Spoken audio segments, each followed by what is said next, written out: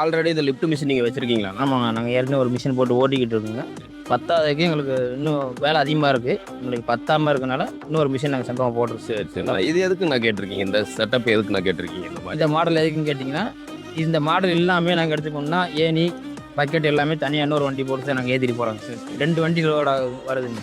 2 வண்டியுமே diesel கட்டுப்படி ஆகலை. அதனால நாங்கள் இந்த மாதிரி செட்டப் ஒரு இடத்துல பார்த்தோங்க. பார்த்ததுல எங்களுக்கு பிடிச்சிருந்தது. அதனால் இந்த மாடல் நாங்கள் கேட்டோம், அவங்ககிட்ட பண்ணி தரோம் வாங்க அப்படின்னாங்க. வந்து பார்த்தோம், நல்லா இருக்குதுங்க. அவங்க பண்ணி கொடுத்த எல்லாம் சுற்றி எல்லா பொருளும் நாங்கள் இதே இப்போ நீங்கள் இது இருக்கிறதுனால உங்களுக்கு ஒரு வண்டியோட வாடகை மிச்சம் இல்லைங்களா? அதனால இதில் ஏணி பண்டு பக்கெட் எல்லாம் போட்டு நீங்கள் இழுத்துட்டு போய்க்கலாம். சரி சரிங்கண்ணா. நீங்கள் கேட்டனால எக்ஸ்ட்ரா உங்களுக்கு பண்ணி கொடுத்துருங்க. ஓகேங்கண்ணா ஓகேங்கண்ணா.